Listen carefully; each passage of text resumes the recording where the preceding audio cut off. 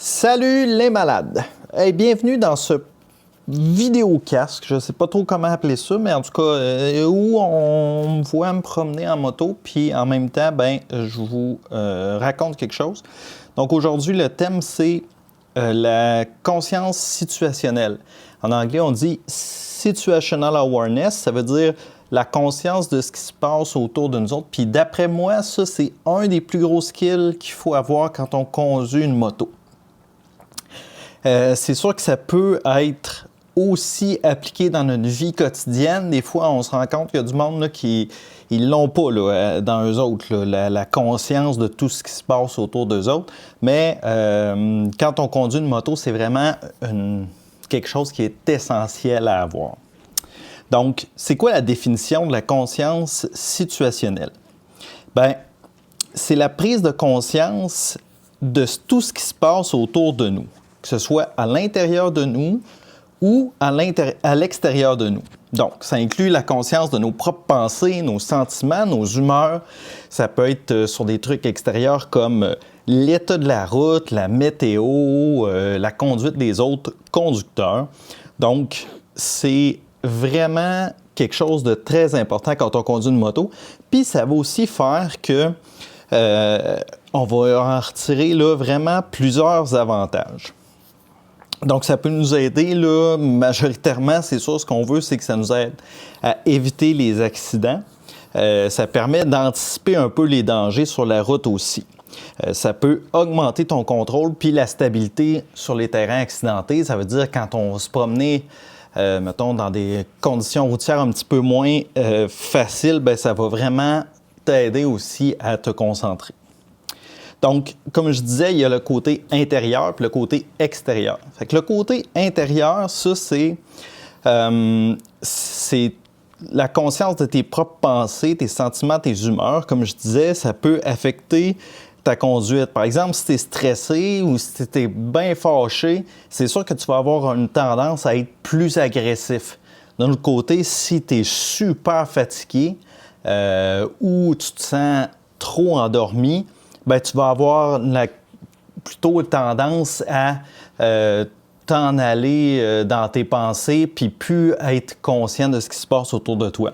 Fait que c'est sûr que ça peut être assez dangereux. Ce qui nous arrive souvent, c'est qu'on dit « Hey, voyons, je me souviens plus des derniers kilomètres que j'ai faits, je me souviens plus de la courbe qui vient de se passer, je ne sais pas depuis combien de temps la personne me suit en arrière. » Donc, toutes ces choses-là, c'est toutes des choses qui font qu'on a un risque là, qui est encore plus élevé. La prise de conscience extérieure, ça c'est pas quelque chose qui a rapport avec nous, donc c'est vraiment en rapport avec l'environnement. Donc, ça peut être les conditions météorologiques, ça peut être l'état de la route, ça peut être les autres conducteurs, comme je disais tantôt. Donc, un exemple de ça, bien, ça pourrait être... je roule sur une route, puis j'arrive dans un coin, puis là, je me rends compte que l'asphalte est vraiment dégradé là, en avant de moi. Donc là, je me dis, oh, là, il faut que je sois un petit peu plus attentif, puis là, bien, ça va me permettre justement d'éviter les accidents, puis tout ça. Ça peut aussi être au niveau des conditions météorologiques, donc c'est le jour, il fait chaud, j'arrête de souper à quelque part. Quand je ressors, bien là, il fait moins chaud. Puis en plus, je vais monter en élévation. Donc, mettons, je vais faire un tour dans les montagnes. Bien là, ça se peut que finalement, j'étais correct dans la journée, mais que le soir, la température diminue assez pour que vraiment ça devienne une surface plus glissante. En plus, s'il y a de la rosée ou quelque chose du genre. Donc, ça nous permet de se rendre compte que tout au long de notre conduite, ces conditions-là, ils ne sont pas fixées au départ, mais elles évoluent en fonction de ce qu'on fait. Donc, ça peut être n'importe quoi, mais c'est vraiment des choses qu'il ne faut pas se dire, bien, je suis parti, il faisait beau. Ouais, mais il faisait beau, mais tu sais, ça s'est dégradé. Puis, bien là, en se dégradant, bien, ça change justement les choses. Donc, c'est sûr qu'au niveau de la prise de conscience de ce qui nous entoure, bien, ce qui est vraiment important lorsqu'on est en moto, c'est d'essayer de ne pas zoner, essayer de ne pas tomber dans une zone de pilote automatique. Ce qu'on veut, c'est toujours être conscient de ce qui se passe. Donc, on regarde en avant, puis on se ramène souvent à la conduite.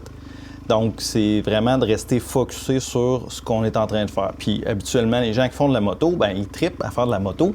Ça fait que c'est pas mal plus facile de, justement, se concentrer sur ce qu'on fait quand on aime ça. Donc, il ne devrait pas vraiment avoir de problème.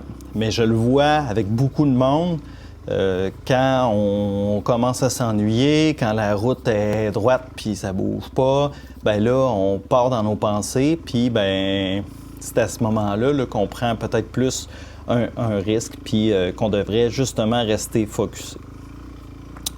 Donc, c'est tout ce que je voulais vous présenter aujourd'hui. Dans le fond, c'est un petit peu un résumé de ce que je crois être super important.